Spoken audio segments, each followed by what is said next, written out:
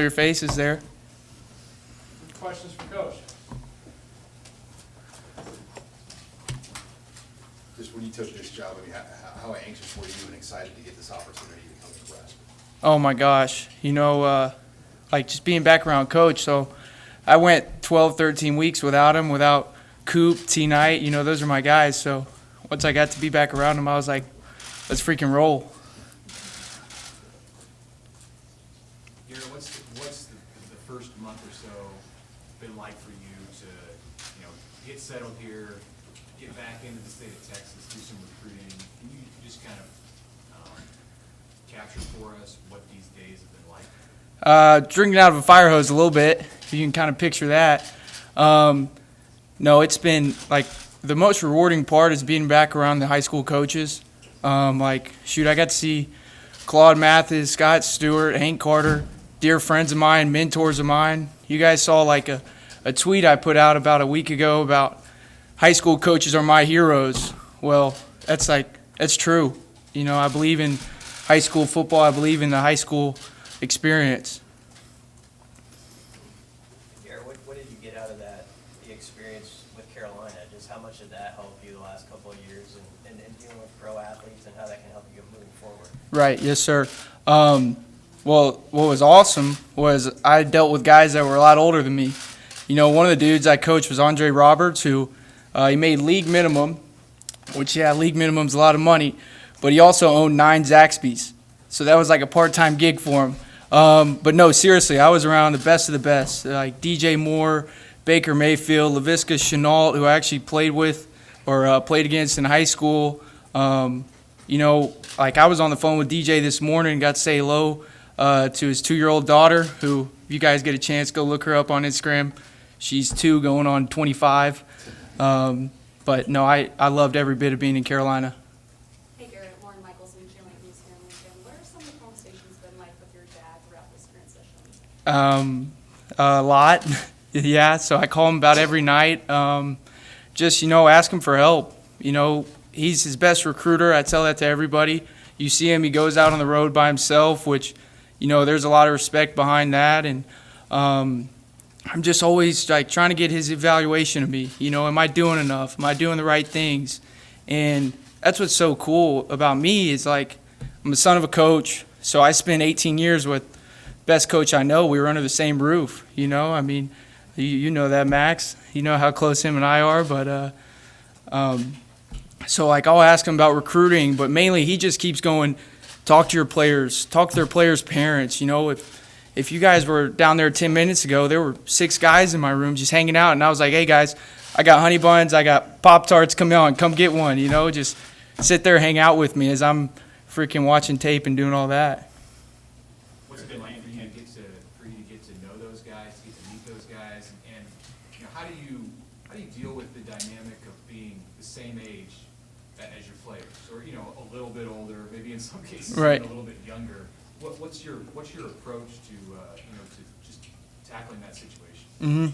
Well, what's really cool about the receiver room is we got Texas, Virginia, St. Louis, Cali, Georgia, Florida. We're all over the place. So it's a good group of guys. They're working really, really hard. But I'm attacking it every way like I can. It's about relationships. I want to know what they're like. I want to know what their parents are like. I want to know their classes. I got a big sign on my board right now of a guy who's not doing well in school. And every time he sees me, every time I just point at the board, so that's pretty cool. It's just a reminder, and like he knows I care, and that's all that matters is, that old Nick Saban quote, they don't care about how much you know until they know how much you care.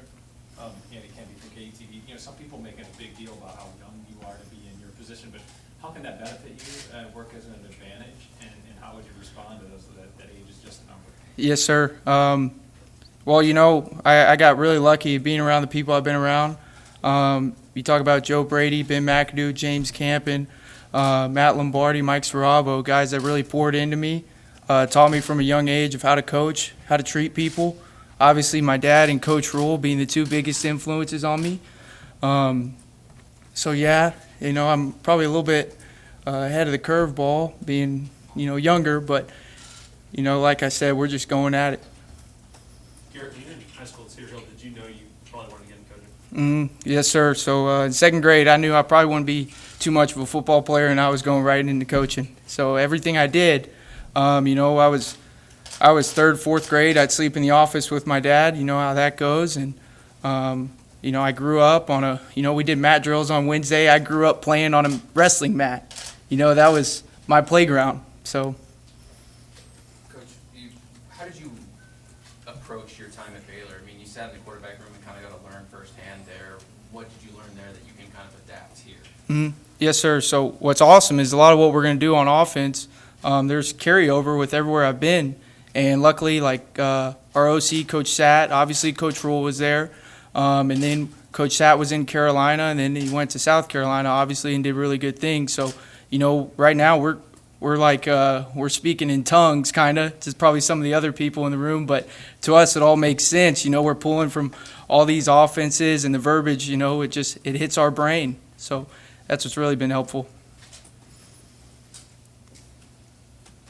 You're a month away, or maybe a little bit over a month away from getting to get out there on the practice field with these guys. And you've got, after recruiting a pretty big group of receivers to work with, what do you anticipate those 15 practices in the spring are going to be like? And for you, what do you want to do in that period of time? Yes, sir. Well, we have this thing, we want to get 1% better, and I like to do that every single day. What's cool about my room is they're hard workers, and they are competitive. And you can see that on tape, watching some last year's tape, watching guys that have been other places, whether that be other conferences or other schools. And so that standard's already set of how they want to play. And then you add our brand of football, being the toughest, hardest working, most competitive team in the country. That's kind of what I want to look like in April. Garret, Evan Bland, Omaha Hill. Yes, sir. What's it like having an old teammate of yours, like Josh Fleeks, as a guy in your position group? What's that? He's not only an old teammate, he's a good friend. We used to hang out together. First touchdown pass I ever threw in high school was to him. But, he was sitting there in my office. He was one of those 6, 7 guys down there. He was just asking about his son, asking about his dad. I went to school with his older brother. So we're really, really close. What's cool, though, is when we were at Baylor, when we were installing the offense, him and I went through a few different coordinators together and a few different systems. So, teaching him and he's got a lot of respect for kind of the way we teach. So, it's good. Same way for him. He's got some of the same verbiage carryover for him. You guys added another transfer in Billy Kemp. Mm-hmm. Just what he did at Virginia, what do you know about Billy? What attracted you guys to Billy to bring him in as a one-year transfer guy? Yes, sir. So Billy, being around him, he's a vet of the group. He sees a lot of things. Obviously, this being his 5th, 6th year, I think. But he's a freaking worker, and that's what he's setting the standard of the room of how we want to work. Whether that's mat drills, doing the extra, doing the jugs, but that's the whole group. Seriously, that's the ethos of that group right now. It's just their work ethic. I've been so impressed with that. Evan Cooper said you guys get up and work out at like 4:30 or something. Is that right? So I figured that would come up, and I'm going to be honest, guys. He's beat me in the last 2 days, and it's kind of ticked me off. But yeah, we're working in there about 4:30. He's on a different program than with me. I was doing squats this morning. He's doing curls. I got to get on that one to look like him. Could you just talk about how you drive each other? I know Coach Rule said it's not to compete against each other necessarily, but you can drive each other to be better and just have that relationship at work. Right. So one of my favorite things about Coach is, you know how you tape your ankles? You're going to practice. You got to tape your ankles as a coach when you're with him. You got to get ready to go. Buckle up because he'll challenge you, and he likes the confrontation, and we all do. So we're competing with each other. When those DBs and receivers go one-on-one, shoot, I wouldn't be surprised if me and Coop go one-on-one. You said that Coach Rule and your dad are the 2 biggest coaching influences in your life. Obviously, it's easy to understand why your dad would be in that position. You spent less time at Baylor with Coach Rule. Mm-hmm. Can you explain what you took from him during that time and how he became such an important influence for you?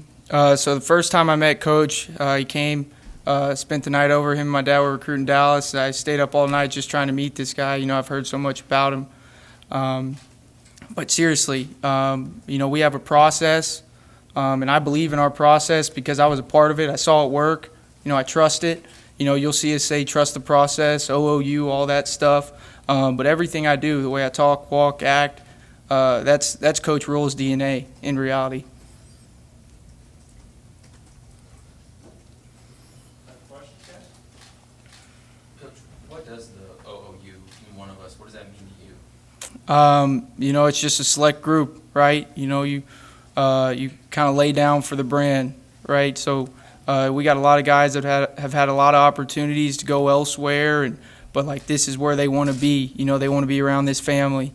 That's kind of my favorite part about being with Coach Rule is like I like seeing Vivi and Leona run up and down the halls. My favorite person in the building is actually Terrence Knighton's son, Jameer. I'd love to go watch him play basketball whenever I can get out of here, but no, that's just one of us. We have a brand, and that OOU shows up kind of every morning. Garret, Kevin Sukes with Channel 10 here in town. Some of your colleagues and the new coaches on staff have talked about their memories of Nebraska. Really, they remember the 90s. What are your recollections of Nebraska football, and how closely have you watched this program from afar, if at all? Yes, sir. So obviously wasn't around in the 90s, guys. I know I'm a young guy. But I am a 90s baby. I'm 99, so I count. But honestly, my first memory is Colt McCoy versus Ndamukong Suh, in the Big 12 title game, because that was kind of a heartbreaker, obviously. But, I'm a Big 12 raised, kind of just being from that area. So obviously watched them, watched Coach Pelini, kept close with Coach Frost, and, he had some guys on staff that I'm close friends with. So, obviously always kept up with Nebraska football. What's the reception been like? It feels like Nebraska's making headways in Texas, big time recruiting, but what have you felt just like in the halls or, in those visits? Right. Well, we hired so many Texas guys, and then obviously we hit a home run with Dr. Elza. And the waves of Dr. Elza, has really hit the THSCA, but just Coach Rule has earned and gained so much respect there because of, how good he was and how he did it the right way at Baylor. And then not only that, one of the greatest coaches of all time is D.W. Rutledge, who was at Converse Judson. Well, he visited us in Carolina. So that kind of goes to show the relationship not only he had, but just kept throughout, ever since he was at Baylor.